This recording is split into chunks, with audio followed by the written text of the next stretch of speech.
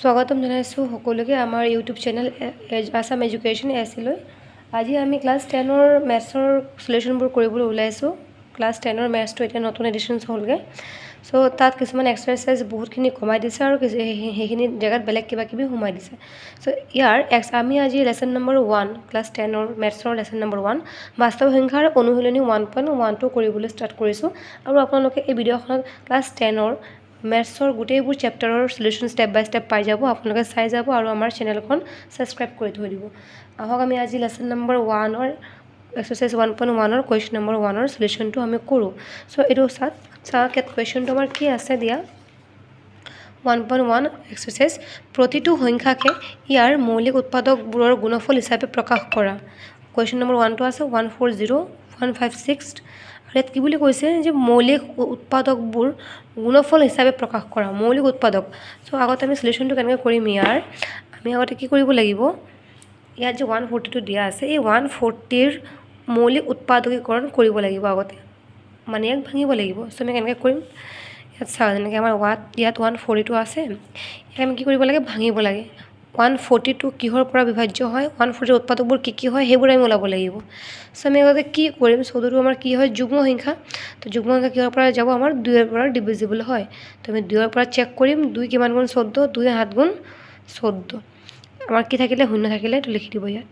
আকৌ 70টো 2ৰ পৰা কিমান টাইমছ যাব 2 3 গুণ 6 বুলি ধৰিলোঁ হাতক থাকিলে 1 শূন্যটো 10 হৈ গ'ল 2 5 গুণ 10। তো 35টো আমাৰ 2ৰ পৰা নাযায় যিহেতু উযুগ্ম হয়। চ' 5 বা 7ৰ পৰা বা যিকোনো উযুগ্মৰ পৰা যাব। চ' এইটো 5ৰ পৰা আমি কৰোঁ 5 7 গুণ 35 হৈ গ'ল আৰু এইটো 7টো আমাৰ নাযায় ই আমাৰ কি হয় এইটো 1ৰ পৰা যাব 1ৰ পৰা কৰা নকৰা আমাৰ একেই হৈ যায়। চ' আমি আৰু নকৰোঁ আমাৰ সমাধানটো ইমানেই থাকিল লাগে।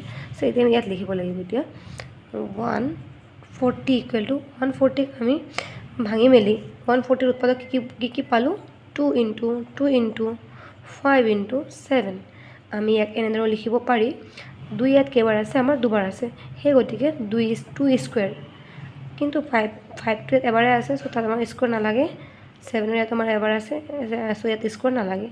সেইটো হ'ল আমাৰ সমাধানটো। এতিয়া আমি কুৱেশ্যন নম্বৰ 2 লৈ আহোঁ।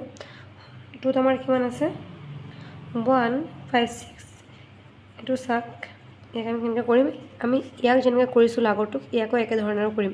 ইয়াৰ আমি আগতে মৌলিক উৎপাদকবোৰ অৰ্থাৎ এই 156ৰ বিভাজ্য থকা নম্বৰবোৰ আমি আগতে উলিয়াম। চ' ইয়াৰ কাৰণে সৰুকৈ কৰি ল'ব ছাইডত 156 যিহেতু চাওক যিমানেই ডাঙৰ সংখ্যা নহওক কিয় আপোনালোকে সদায় শেষৰ নাম্বাৰটো চাব। শেষৰ নাম্বাৰটো যুগ্ম নে অযুগ্ম ইয়াত যেনেকৈ 6টো আমাৰ যুগ্ম আছে 6টো শেষৰ নাম্বাৰটো আমাৰ 6 হয় তাৰমানে গোটেই নাম্বাৰটো আমাৰ কি হয় যুগ্ম হয়। শেষত যদি যুগ্ম নাম্বাৰ থাকে যিমান ডাঙৰ সংখ্যা নহয় গ'লে সেইটো যুগ্ম বুলি ধৰিব আৰু যুগ্ম হ'লে সদায় সৰু যুগ্ম সংখ্যা 2 তাৰপিছত 4 তাৰপিছত 6 তাৰপিছত 8 তাৰপিছত 10 গৈ থাকিব। এইবোৰ সংখ্যাৰ পৰা আমি চেক কৰোঁ যদিহে যুগ্ম হয়। যদিহে অযুগ্ম হয় আমি 3ৰ পৰা 5 7 অযুগ্মৰ পৰা এইবোৰ আমি চেক কৰোঁ। কিন্তু আমি ইয়াত কি চাইছোঁ যিহেতু এই সংখ্যাটো আমাৰ যুগ্ম সংখ্যা হয়নে।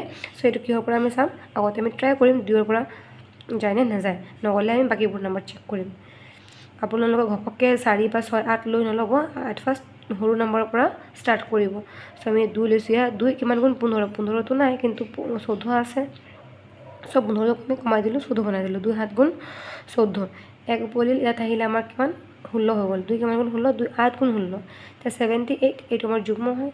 যুগ্ম হ'লে আমি কিহৰ পৰা যাব বুলি কৈছোঁ 2ৰ পৰা 2 কিমান গুণ 7 হয় 7টো নাই 6টো আছে আমি 7ক 6লৈ কমাব পাৰি 2 3 গুণ 6 থাকিলে ইয়াত থাকিলে আহিলে 1 18 হৈ গ'ল 2 কিমান গুণ 18 2 9 গুণ 18 39টো আমাৰ কি হ'লে অযুগ্ম হ'লে 2ৰ পৰা নাযায় কিহৰ পৰা যাব 3 5 7ৰ পৰা যাব।